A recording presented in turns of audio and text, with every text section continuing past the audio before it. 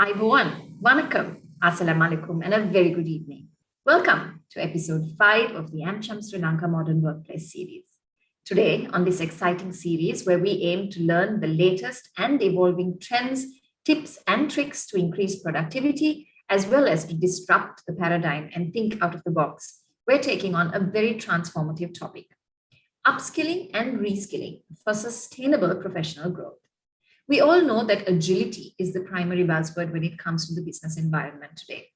Companies, business models, and people need to be agile and flexible in order to evolve with and keep pace with the fluidity of the business environment that is challenged by so many pandemic as well as non-pandemic factors. So today we'll be focusing on the importance of continuing your personal growth so that you can continue to evolve and grow with your organization or industry and remain not just relevant, but even ahead of the curve. Without further ado, ladies and gentlemen, your speaker for this evening is Ms. Imani Perera, Head of Learning and Development at John Keells Group. Imani has worked in HR, marketing, and management consulting in multiple sectors, ranging from manufacturing to leisure, financial services to information technology. With a passion for organization and people development, she currently heads learning and development for John Keells Group, formulating people development strategies and learning solutions for its diverse businesses. Imani, welcome to the AmCham Sri Lanka Modern Workplace series. It's a pleasure to host you this evening. Likewise, it's lovely being here. Thank you. Now, over to you to take us through what is promising to be a very interesting and uplifting presentation. Over to you. Thanks, Rai, and thank you for inviting me to do this session for you all, and as well as for anyone tuning in to this live webinar. So it's definitely, yes, it is an interesting. I mean, I was interested in researching on this towards doing this session today, and I think the upskilling part of it. I also benefited from a lot of what I had to learn on. So thank you for that. Learning is an ongoing process, and I think if not anything these days, most of us are, really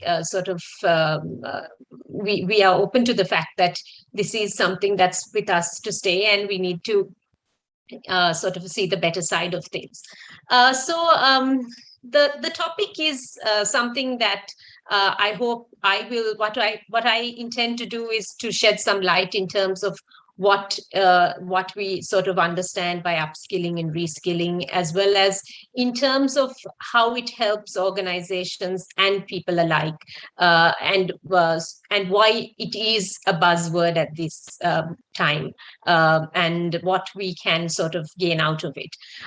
So what I will do is to give you an insight into not just my views on things, but also what has been put down over the last 1.5 years or so in terms of why this has caught on as a buzzword. And then also give you an understanding of some of the things that will probably be helpful for individuals as well as organizations to look at this in the context of why it is so important. So what I'll first do is I'll just share my slides, and I'll share the screen at this point, and then Rai, you can just tell me whether you can see it.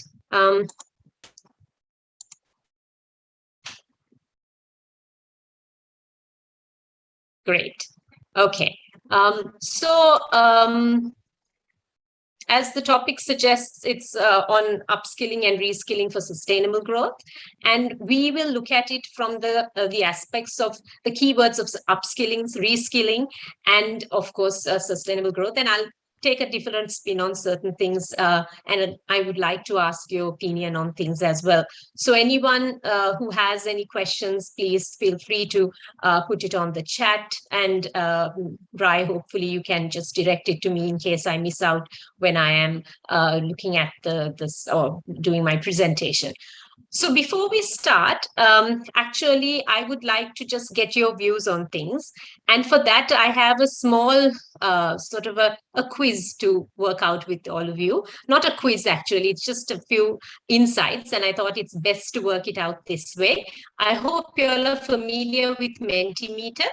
And for those of you who aren't, you can just work it out with me here. So I'll just reshare another screen.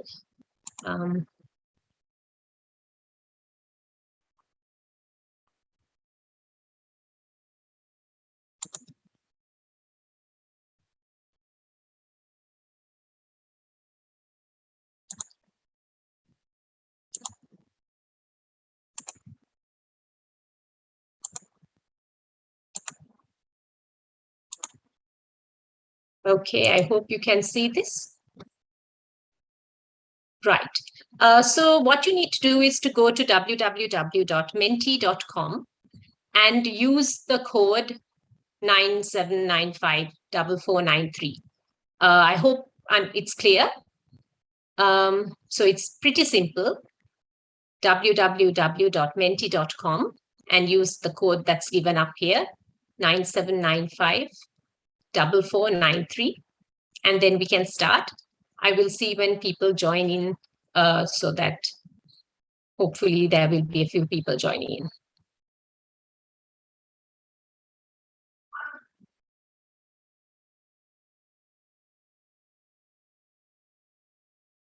Okay, cool. I can see one person who has responded. That's great. So I'll just give a few minutes for people to respond. That will be great. Thank you. See the responses coming in.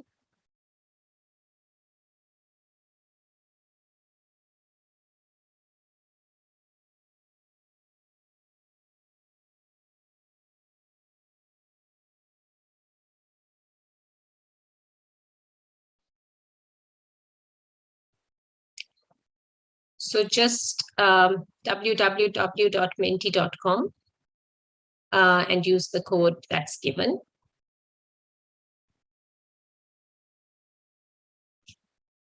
I know it's a Tuesday evening, and maybe this is not not what you wanted to do at the start, but let's just loosen up a bit and maybe just hear a bit of responses from all of you.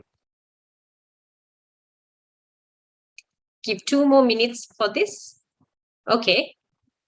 Thank you. I hear someone who's saying that they have much more to do, could be better.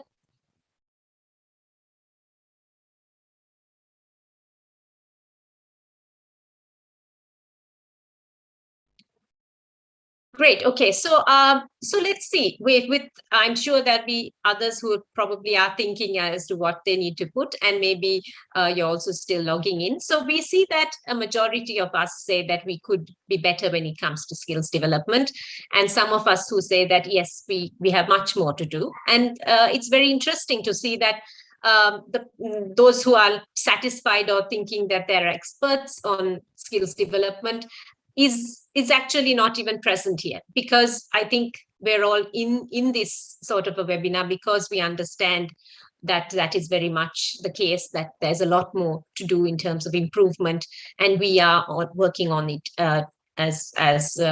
together. So when we just look at this, and if we just go on to the next bit of it, just add in your opinion, what are the 3 most important skills for the future? So you can put 3 down in terms of what you feel are the 3 most important.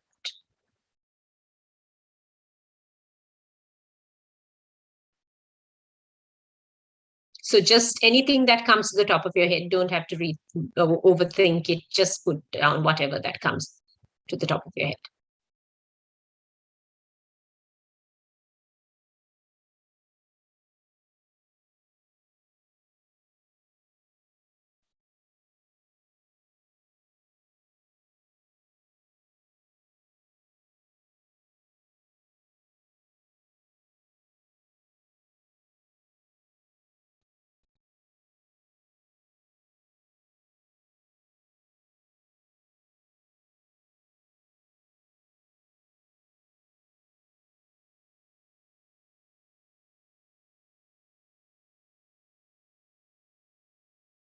Right.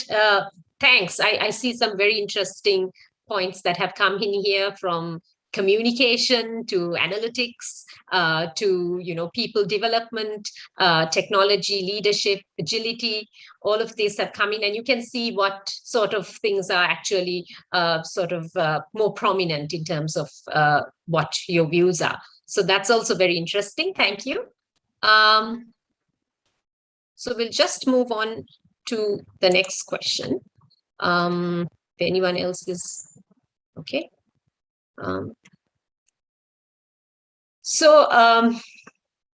Globally, how much of a spend is predicted for digital transformation by 2024? Just in your views.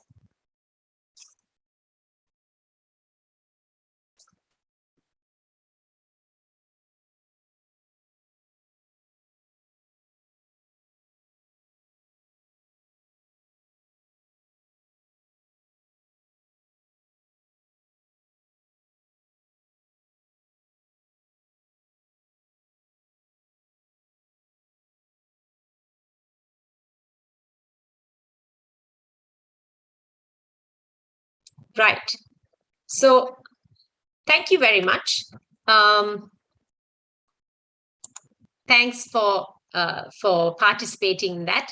And we'll just look at a few of those. We'll just touch on a few of those areas as we move on. But I just wanted to get your insight on that. Most of you said that it is the 2.4 trillion that is anticipated for 2024.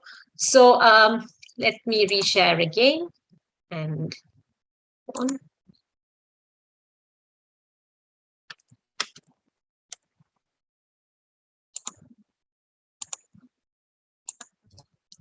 I hope that can be seen.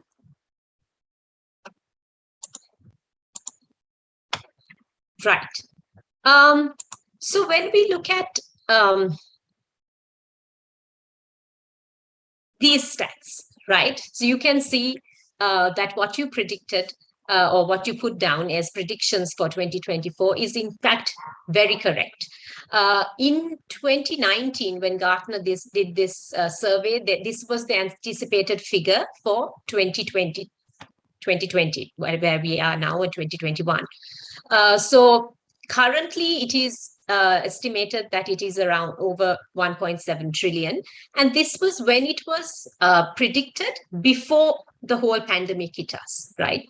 So you can see if it was predicted at that in 2019, in terms of predictions for 2020, 21, it has actually escalated much more now. And what is anticipated for 2024, which is the 2.4 trillion expense, is actually not even there isn't a sort of a real thinking behind understanding whether it is going to be the exact number, because we are still on the learning curve of a lot of things that are going on right now, right? But it is a sizable spend, and that is what I wanted to highlight. So 59% or more than half of L&D executives agree that skill gaps are growing. 19% of employee skills will be relevant in 3 years. And this was the interesting thing here, is that you have to look at it in the context of this was all before the pandemic hit us. So we knew that this was going to happen, not the pandemic, that skills will be something that needed to be developed and that it will be relevant, that we needed to upskill. These were things that were anyway worked on because of the sort of digital transformation that everyone was anticipating and were part of, right? 39% of employees agree today's skills are evolving, and 34% of employees learned a new work skill in the last 3 years. So a new work skill is a skill that has not been there before, right? It is a skill that is required for the future, right? And this is all what was predicted before the pandemic hit us. And if the predictions were like this in 2019, you can understand how much more there is for us to sort of anticipate and sort of learn and understand in the environment that has been with us, post the environment that has been with us for the last 1.5 years. So moving on, if we look at 29, the what happened in 2020, 2021, or the latter half of 2019, when COVID-19 hit us, it was a black swan moment. What is meant by a black swan moment is that you look at it as something that really changed, something that was probably not positive, but that had a impact that sort of brought about a change, right? And what it caused us is to change the way we work overnight. All of us here sitting at home and listening to the webinar or participating in it or facilitating it are testament to that.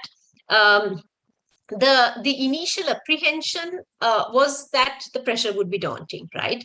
And yes, some of it still continues in terms of understanding, the ways of working, how it impacts individuals and organizations, and there's a lot of research still being done on it.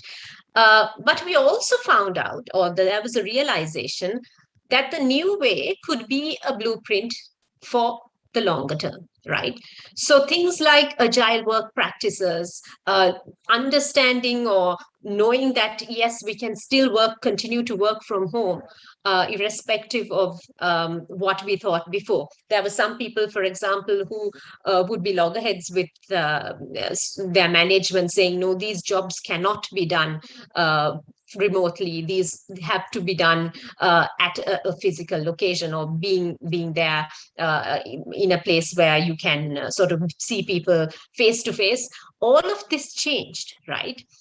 Because overnight we were compelled to be working remotely. And then we realized that it actually could happen, right?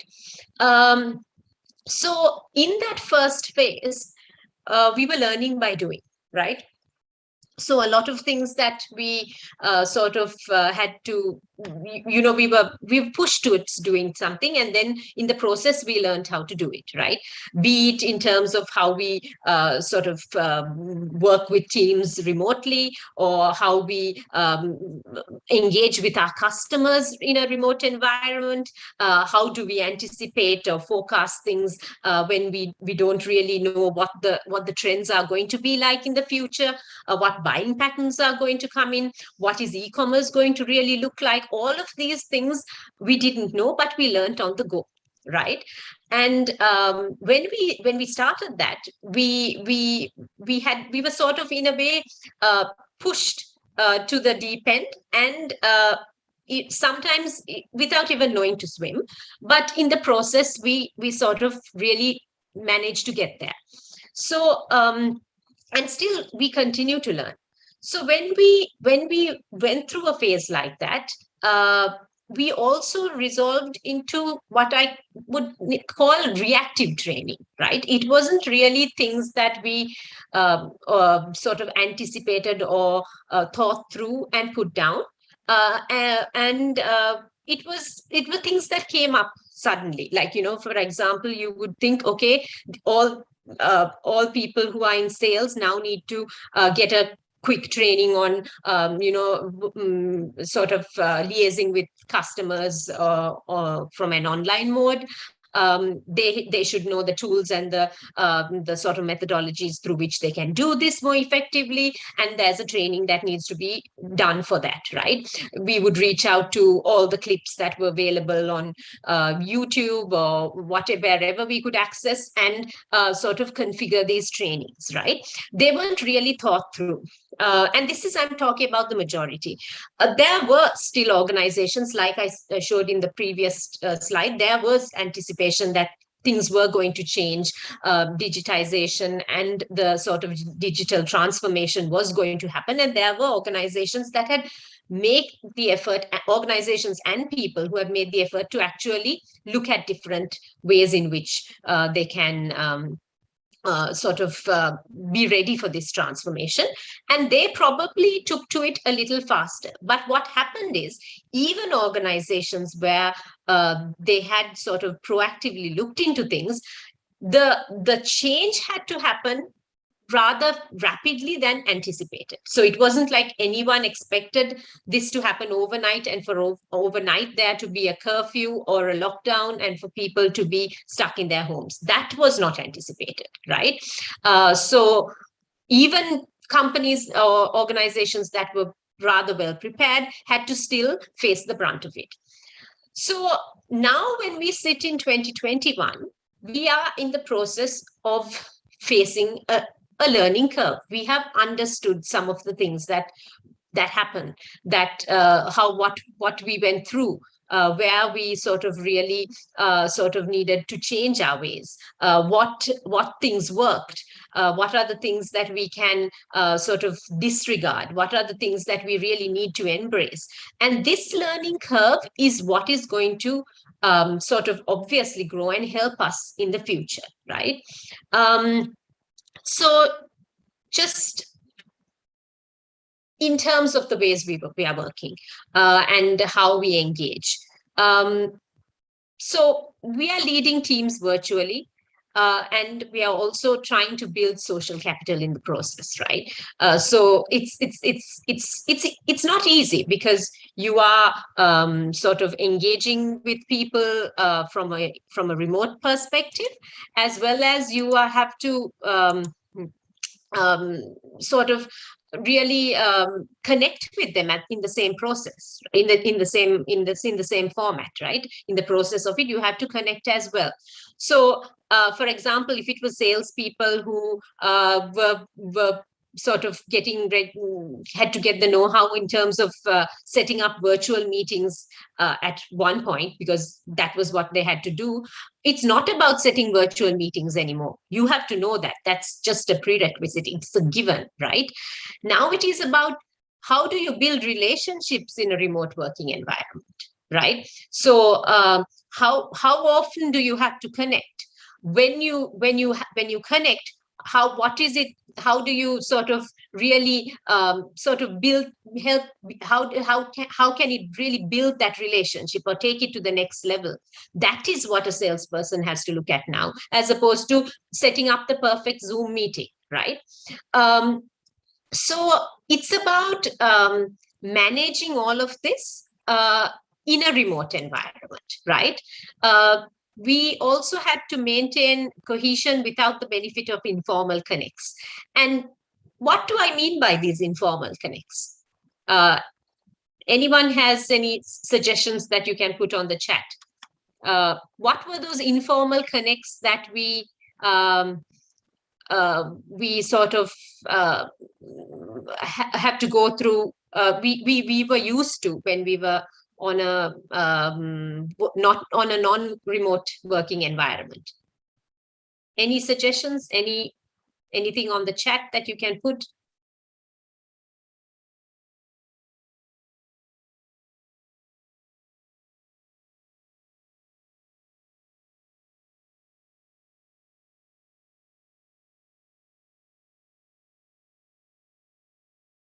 When you were working in a non-remote environment, in terms of when you were at your workplaces before this whole pandemic hit us, what were those informal connects? So let me just sort of remind you, maybe some of us have actually forgotten about them, because we are seated here in our rooms and in our houses, sort of even, and it seems like a distance past what we experienced before. Okay, so Chiran has said Friday evenings with zero work responsibilities, getting together, and the BYOD chats. Yes, lunchroom chats, Akalanka, thank you. Yes, very much. Then the sort of chats that you have at the water sort of dispenser, right? The chats before and after meetings that you used to have running up to the meeting. Sometimes, we used to where we work, we used to have meetings at various locations of our in where we work, right? In terms of, so for example, at John Keells, you have the main office in say Colombo 2, and then you have various locations that you have to go to in and around Colombo 2. So it's mostly that we used to get to those places by three-wheeler, right? So in the three-wheeler, there would be, say, 2 or 3 of us getting in for a meeting, and on the way to the meeting, we used to have a chat, right? It could have been about the meeting, it could have been about the weather, it could have been about what they were wearing, right? But we used to have those chats, right? Now we don't have that. We just connect to the meeting on the dot, and we disconnect from the meeting as soon as it's done. So there is nothing in between, right? So maintaining cohesion in the absence of that becomes a big challenge, right? Because it's not like you can really recreate that water dispenser chat moment, can you? Right? You can't like really have a Zoom or a Teams meeting and then say, okay, now let's take 5 minutes to have that chat that we would have usually had. Everyone would have been staring at each other and wondering what's going on, right? Because mostly sometimes you also plan your meetings where you finish one and you go straight into the other. It was never like that before, right? Because say you have a meeting till 2 o'clock, you know, for you to get to the next meeting, you need at least 15 minutes to get to the place physically, even if it was in the same location, right? So all of this has changed. The need to distinguish between critical and non-critical skills, right? So this is also very important, because when we are working now, everything can't have the same level of priority. There are things that will have to change, and we have to understand what they are. And we also need to recreate the best of in-person learning through digital means, right? So how do we do this, right? Because it's one thing when someone is actually in there as a person delivering something to you, and then it's another thing in terms of how you would present if it is done online or at a remote working environment, asynchronous or synchronous, right? So be it that you are linked on to something like this in terms of a webinar that is going live, or whether you are actually working or listening to a self-paced e-module of learning, right? So how do you recreate the in-person learning environment through digital means? This is also something that is really sort of present in what we do today. This innovative thinking that needs to come into what we are doing, because we always know that here are people who have experienced things like it were before. So they know what it felt like. It isn't a group of people who are not knowing what it is. Maybe in future we will have people who are only used to one way, and we'll have to reacclimatize them to what we probably were used to in terms of in-person. But right now you have a majority of people who remember what it was like, and that memory sometimes is stronger than what we can actually, or challenges us to really get our game straight, right? Cost-effective, personalized learning to achieve greater effectiveness. So this is also something that really needs to be looked at in terms of how we work, right? The learning has to be cost-effective, it needs to be personalized, and it really has to bring out effectiveness. It cannot sort of deviate from that. And that is what we constantly have to be reminded of when we are working in the here and the now, right? So when we look at it in terms of the now, here are some interesting stats, right? So 59% of L&D professionals said that their organizations are prioritizing on upskilling and reskilling programs this year. And that's a 15% increase since 2020, right? So this is a LinkedIn survey that was done recently.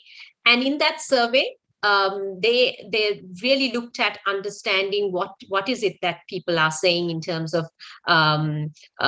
upskilling and reskilling, right? And you found that 59% of professionals said this. You also found that new technology is changing labor patterns, and this will lead to a 40% change in employees' core skills. This was cited at the World Economic Forum in 2020. And also HBR, in a recent articles mentioned that 33% more skills on job ads in 2020 than it was in 2017, right? So I just wanted to put this to say it's not just me saying it, right? It's out there, right? We are actually living this at the moment, and that is what is interesting to note, right? It's not something that has come up because someone sort of made it popular. It is based on research. It is based on people's opinion, people who are in the industry, people who have sort of experienced what's going on. So when you look at it in terms of the LinkedIn survey, it looked at 5,000 odd professionals spanning 27 countries. The top skills that they identified in that survey was resilience and digital fluency, right? So a lot of what you're mentioned in terms of analytics comes into play, and still communication is one of the topmost skills that are needed. And when you look at it in terms of communication and this remote working digitized environment, you have to understand that communication has to transcend the sort of platforms or the infrastructure it is limited to or is needed to be worked on these days. So if communication is one of the topmost skills that is required, we have to know how to master the sort of proficiency in terms of handling tools and techniques, etc., that will bring out communication in the most effective way, right? Then, of course, in terms of analytics and digitization and this sort of the sort of resilience that we are looking at are things that have come up. And it's not just you and I saying it, but it's something that is being sort of experienced globally. So when you look at the whole experience of it, we really need to develop muscle for the future, right? And this future is not going to be static. It's not going to sort of be easy on us, right? It's going to disrupt and it is going to challenge us. But at the same time, the one who is ready for it is able to face it better, right?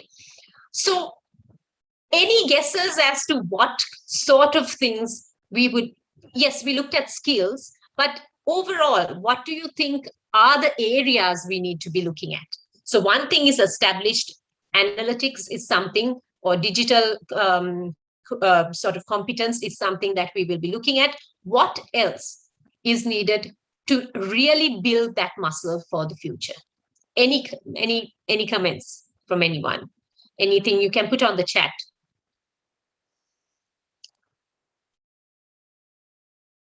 Is it only the whole digital aspect of things or the technical side of things?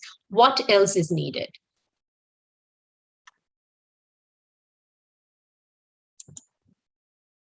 Sustainability, experience.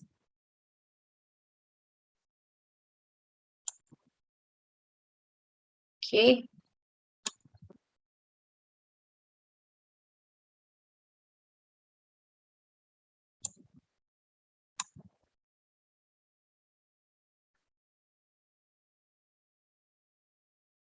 Okay.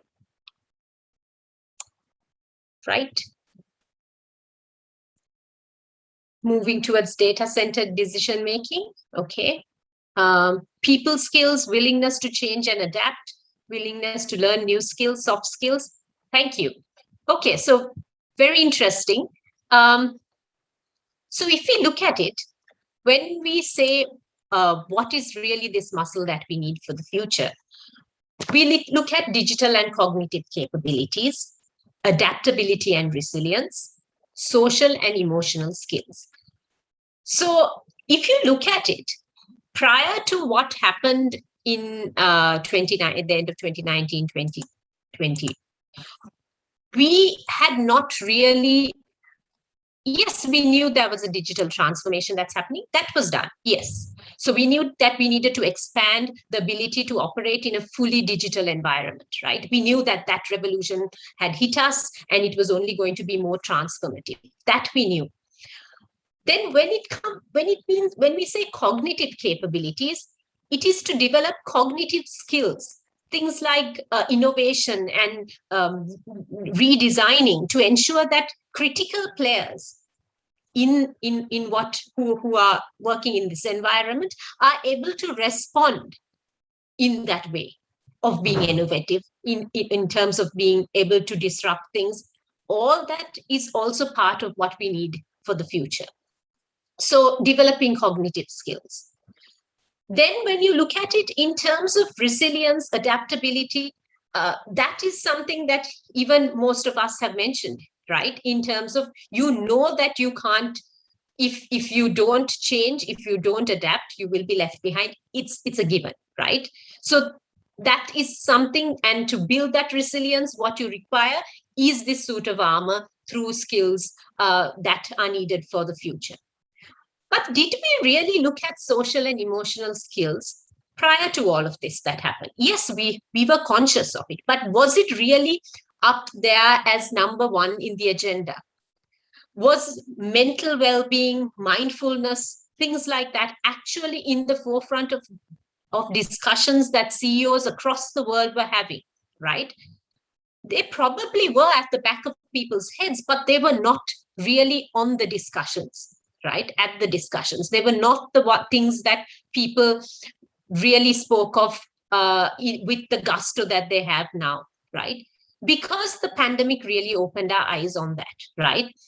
That we need to strengthen social and emotional skills to ensure effective collaboration, right? People in isolation, people who have zero contact with people who they usually liaise with, it is very concerning in terms of how they interact, etc. So when you are conscious of it, when you're conscious of your work, how your teammates are working in an environment that they have to balance home chores, they have to be a caregiver to someone, and they also have to meet your deadline, it is a different context altogether. So in terms of evolution of being able to evolve in a business context that's changing like this, in a business context where people are going through a lot of challenges in a daily basis, these are definitely some of the things that need to be looked at. And we will be looking at it in this context of digital and cognitive capabilities, adaptability and resilience, social and emotional skills, right? So if we move on, when we look at digitalization and when we look at the whole digitization of organizations and people, etc., it's about being dexterous in terms of digital, right? It's not just knowing about it, but being able to adapt to the changes, doing multiple things, right? In terms of your know-how. I think it was very interesting when I read an article. They said that usual adage of you give a man a hammer and he thinks everything is a nail, right? So the sort of spin-off to this is, what if you gave that same man a hammer, a wrench, and a screwdriver, right? Then that person would probably be wondering, okay, I have 3 tools here. Would this sort of work on this? The nail looks a bit different if I hit it with this, or do I really need a nail for this? What else exactly would this part of the wrench do? All of that would be thinking that person will have, right? So it is, in a way, you need to look at those different areas, right? While expertise and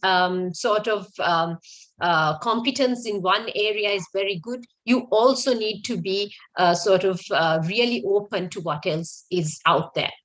So digital transformation is now a prerequisite, right? It's a given. It's like, for example, at one time years ago, people used to say on advertisements that your competency in sort of the MS Suite package or whatever it is a prerequisite, right? Now we don't even ask for that because it's a given. You have to have it, right? It is also in the agenda of top leaders across the world. It requires an organization-wide change and not just something that an individual or one person can do, right? It is about changing beliefs, mindsets, behaviors of people across, right? So in that sense, when you look at it, you really need to be dexterous in terms of what you're doing, right? So digital is not just about one aspect of it, but really being able to look at multiple ways in which you can sort of adapt and change, etc. So one thing that was interesting when I came across, and there's a lot you can read up on digital dexterity in terms of what's out there. But one thing I found interesting was this, which says that and this was a research done by Gartner, in terms of digital dexterity, you have various types of people who will be there when it comes to you sort of driving this agenda in an organization, right? So, for example, you will have people who believe still that, one-on-one contact with people is the way forward, right? They don't really subscribe to the fact that digital skills help, right? And they always complain about the organization not sort of meeting them there. There is by far a lot of dissatisfaction in terms of when it comes to IT or technology, etc. So these are called the caregivers. Then you have people who are termed the engineers. They are people who have taken into technology a little later, right? Just to probably to complement what they're working on. They also have a lot of regard and affinity to senior management and what they say, as opposed to maybe some things that are actually happening in the environment, right? It's not to say that you shouldn't be sort of you shouldn't disregard what seniors say, but it is also to be able to be in the know, right? For example, there are things that are changing and you should be in the know to even challenge the status quo and say, this is the disruption that's going to happen in the future and we need to embrace it. But these people just probably don't look at it in that sense. They probably might have be less sort of adaptive to what is going on, but they want to change, right? You have the mavericks, the younger workers who bring in their own technology. They have distinct attitudes about digital work. They're probably more seen in sort of IT-related work environments and in sales and marketing, etc. And these are people who have their sort of, they have honed personal digital skills, right? And they sometimes might even take those skills to be superior to what even an organization might put out. You also have people who are navigators, who are not experts, but they want to pick things up. They want to sort of learn the latest thing that's going on. So there are probably people who will also be people who will be flexible towards working and working from home and being in an environment that is sort of like, a home-based environment. They also place, so because of that, they place a lot of value on digital skills than the other segments. Then you also have the pilots who are mid-career, comfortable with technology and spend less time at their desks, right? They consider that their career benefits from their ability to develop digital skills, and they extend their skills to use devices and applications that their organization authorizes. So if someone says, okay, use Zoom instead of Teams, they will do that. They probably won't challenge the status quo, but they are comfortable in terms of where they are with technology, right? So this was interesting to note that one thing is it gives you a bit of insight to yourself. Where would you place yourself here, right? And what is the sort of, I mean, there isn't anything saying someone is ideal, but definitely you can't be extremist, right? You need to be able to look at things in a way that will make you more digitally dexterous, right? And I think it was a very good insight towards understanding these are the type of people you will be working with. This is the type of person you can be, and you have to be able to sort of look at it in that sense, right? So moving on to, yes, we looked at the digital side of things. We looked at all of that. Then we are looking at the social and emotional skills. What do you think these are?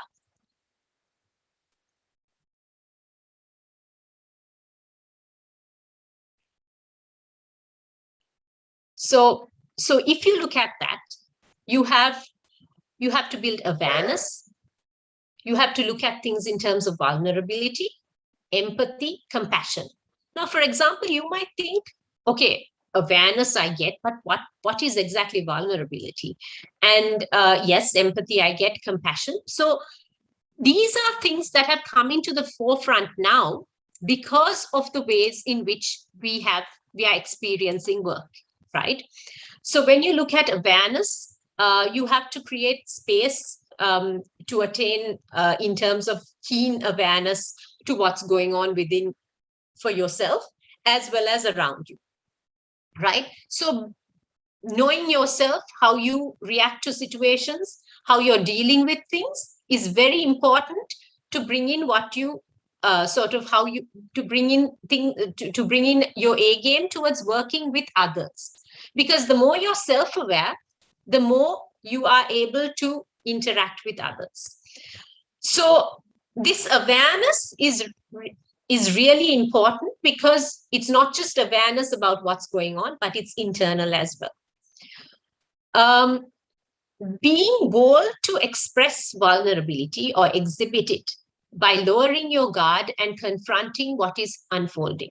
This is very important because these days we are going through a lot of change, so many things that are going around.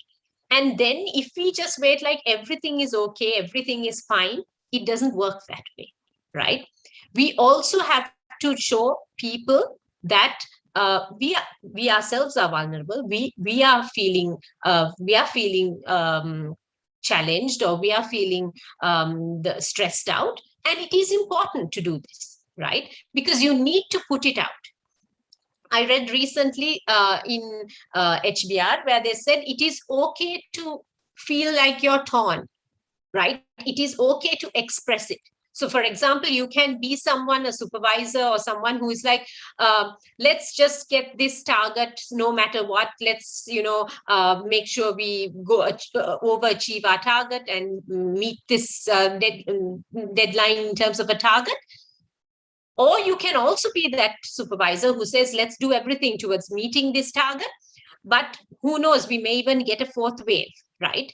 Because that's at the back of your head, right? So putting it out there doesn't matter. It's not like you're not going to do everything towards achieving that, but you're also putting it out there and making your teammates feel comfortable that you are also experiencing things like that.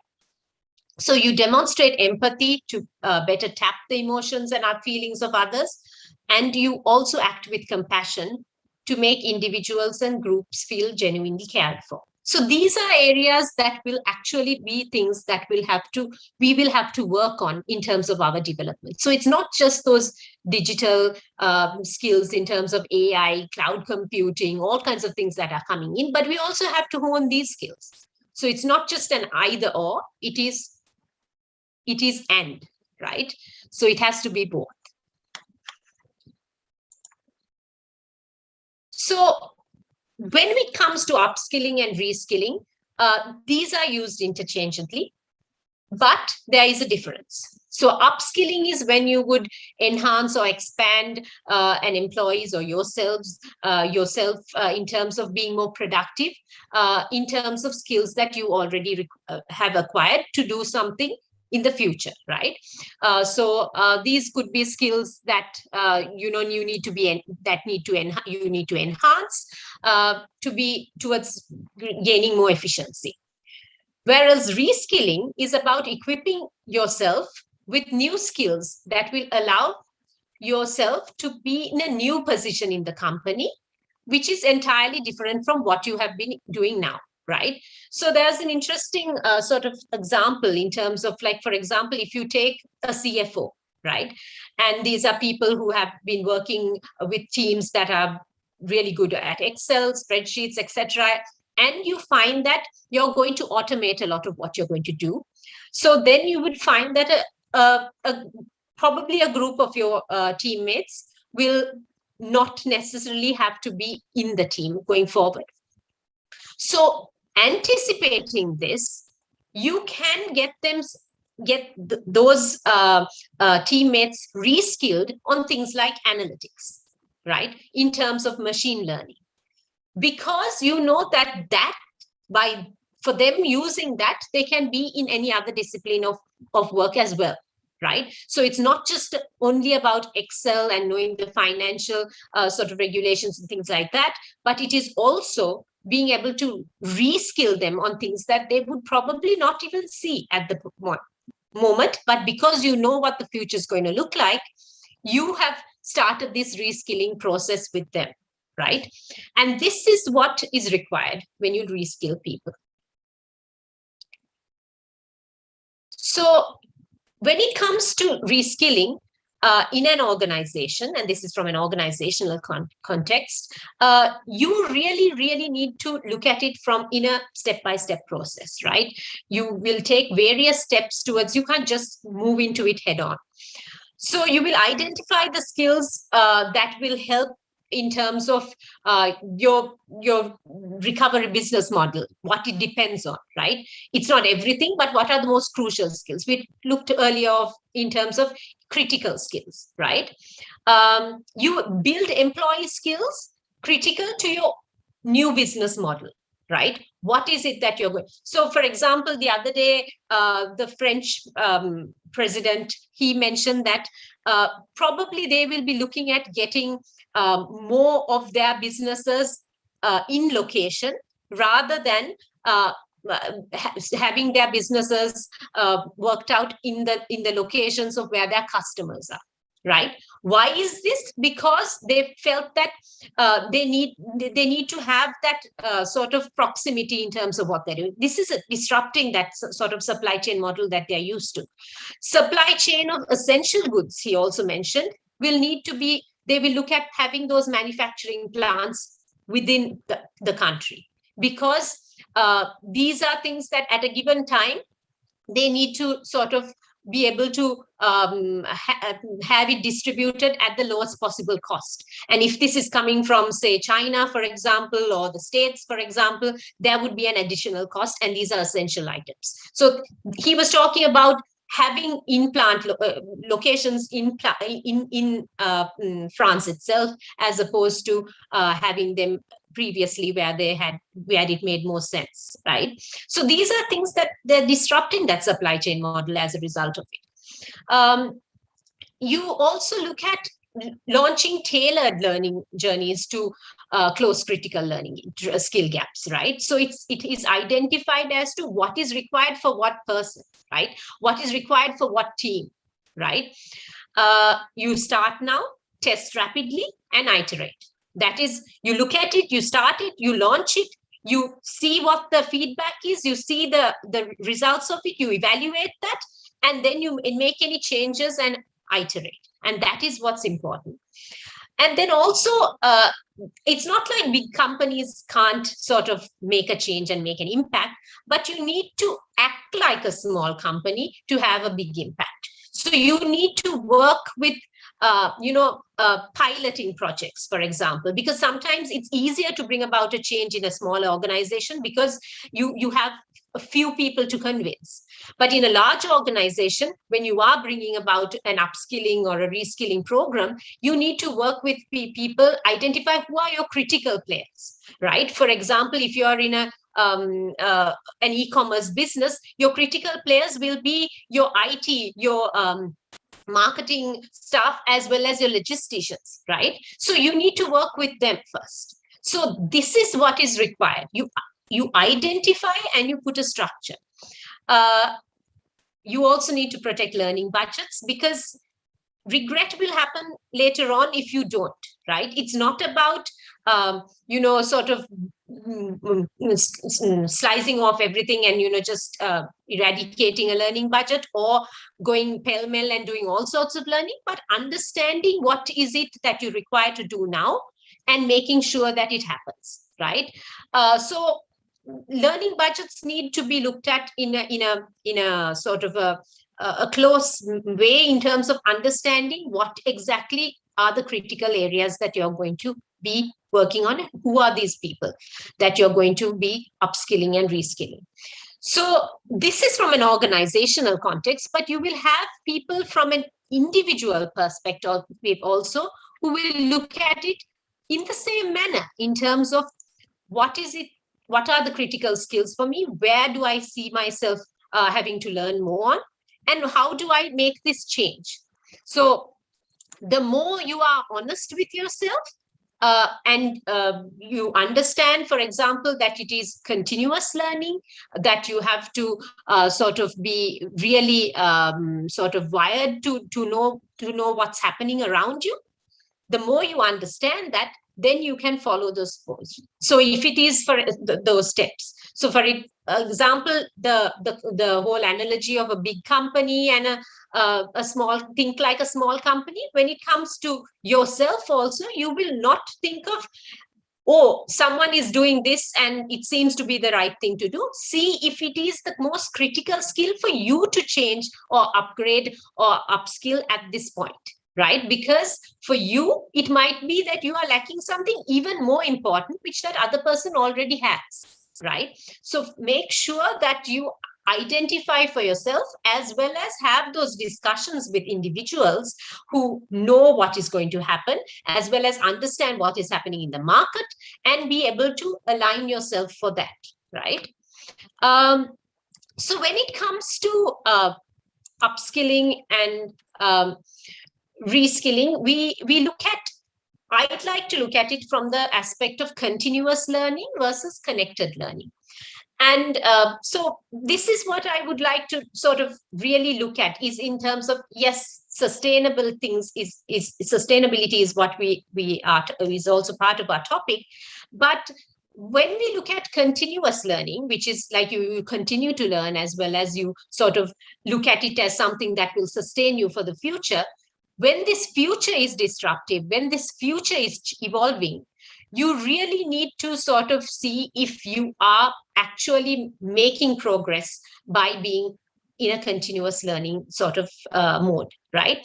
So if you look at it in terms of identifying the right skills to develop, motivating employees towards motivating yourself towards developing, and when you're delivering effective learning solutions, when you take continuous learning, you work closely with the business to keep up with the skills that leaders request, right? So from a learning practitioner's perspective, or even from an individual, you will reach out to people, ask them what's needed, and you will develop those skills. So reliance is on individual supervisors or leaders' perspectives, right? You may miss out on what is happening in the environment, what is happening in the market, etc., right? And you find that this disconnect is not very it's not helpful in terms of the bigger picture, right? So this is in terms of continuous learning. Whereas if you look at connected learning, this is where it is more of an outward-in approach, right? Market-driven predictive approach to uncover the most pressing in the environment, what's needed in the future. there's a high relevance and a comprehension in terms of understanding why it is required. And these connected learners are sort of really are in demand, right? Because they are the people who have changed, reskilled, upskilled themselves, knowing what is happening in the environment and not just in the bubble of where they are in their own business, for example. And what they say is, this research, that connected learners are 8 times more likely to be high performers. So we need to transform ourselves to be connected learners. And this is something that I feel do we really need to relook at this whole continuous learning approach and look at whether we are actually connecting to what is relevant and then learning as a result of it. So for reskilling to be effective, you need to connect to market skills, you need to align with organizational needs, you need to create meaningful development experiences, and you need to connect learners the connected learners are better positioned for their current and future roles, right? And this is what is required. So if you have learners like that, who need to be their supervisors? So finally, let me just show you this, which is on the connector manager, right? So you have connected learners, then who is a connector manager? A connector manager is someone who looks at things from this aspect. So there's a growing number of business disruptions, and managers need to support their teams towards that. There are lots of things that are happening in terms of proliferation of skills across functions and roles. And there are employees who are valuing different things now in the future. So a manager who connects to that understands the need to coach and develop people, but at the same time knows that if they are not the experts on it, they need to connect their team members to people who is the manager of the future, right? So just before we end, I'll just show you a little clip on that, which is just about a minute or two. I know we are just over time, but I'll just share that so that it'll give you more insight.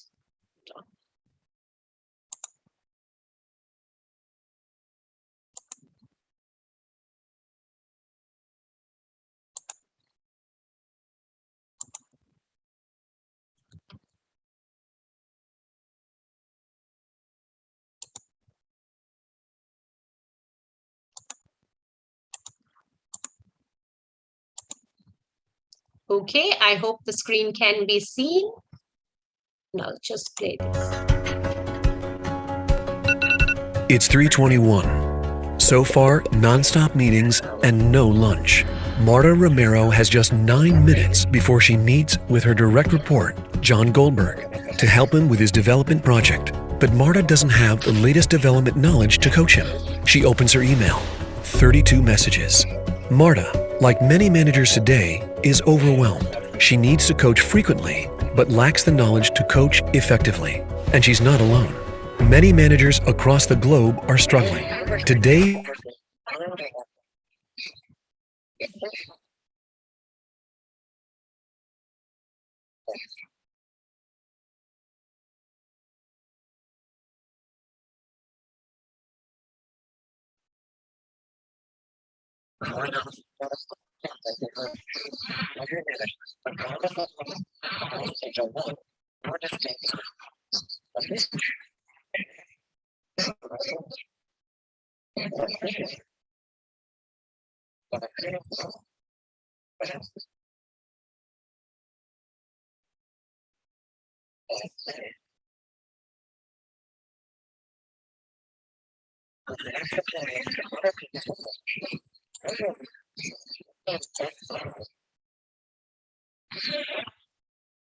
Sorry, I think.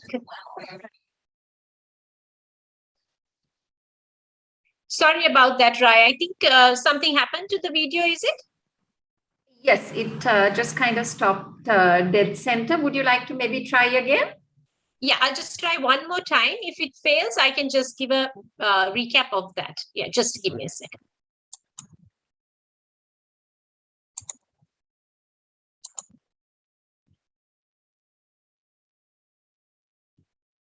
Okay. 32 messages. Marta. Can it be heard?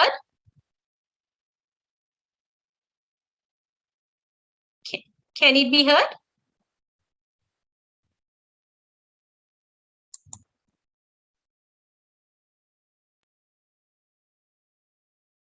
Yes. Okay. So I'll continue again.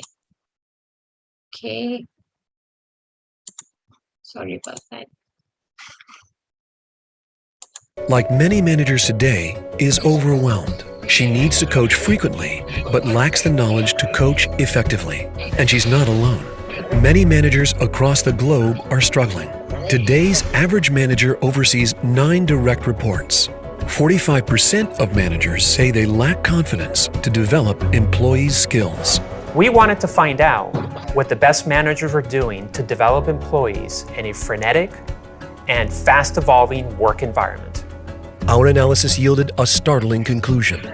Every manager, regardless of level, falls into one of 4 distinct types. The teacher coaches and develops based on their own expertise. The cheerleader gives empowering feedback with a hands-off approach to development. The always-on gives continuous feedback across all different skills and situations. The connector provides targeted feedback and connects employees to other people for coaching. Then we asked, which one best drives employee performance? By now, you probably have a nagging hunch about what type of manager you are. And you've also probably decided which type is most effective. Here's a hint. You're probably wrong about who is actually driving employer performance. It was a surprise when our research showed that the always-on manager actually degrades employee performance by up to 8%. Connector managers are the winners, improving employee performance by up to 26%. Now imagine Marta at her meeting with John, armed with a connector approach, confident because she connects to John personally and understands his challenges, connects him to his team who can share skills, connects him to others inside or outside the organization for the expertise he needs. To learn more, visit.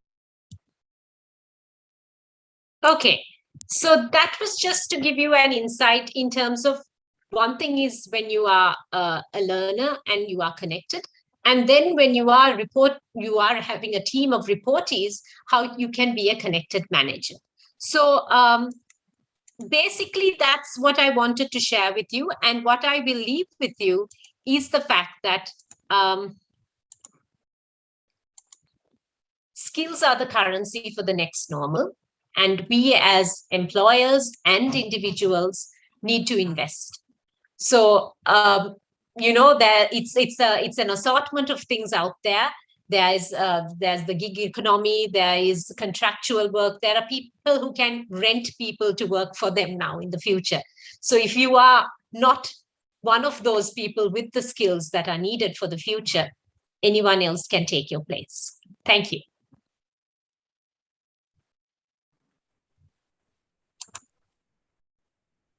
So I know we are 10 minutes over time, and sorry about that, but I just felt that I needed to share all that insight with you. I'm open for questions if there's anything that you need to ask at this point. You can even put it on the chat and let me know.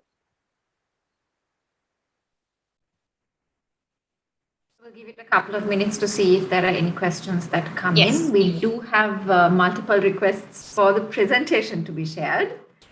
Sure, we'll do that. Actually, it's a lot of things that are out there, and I think this really helped me put it into perspective.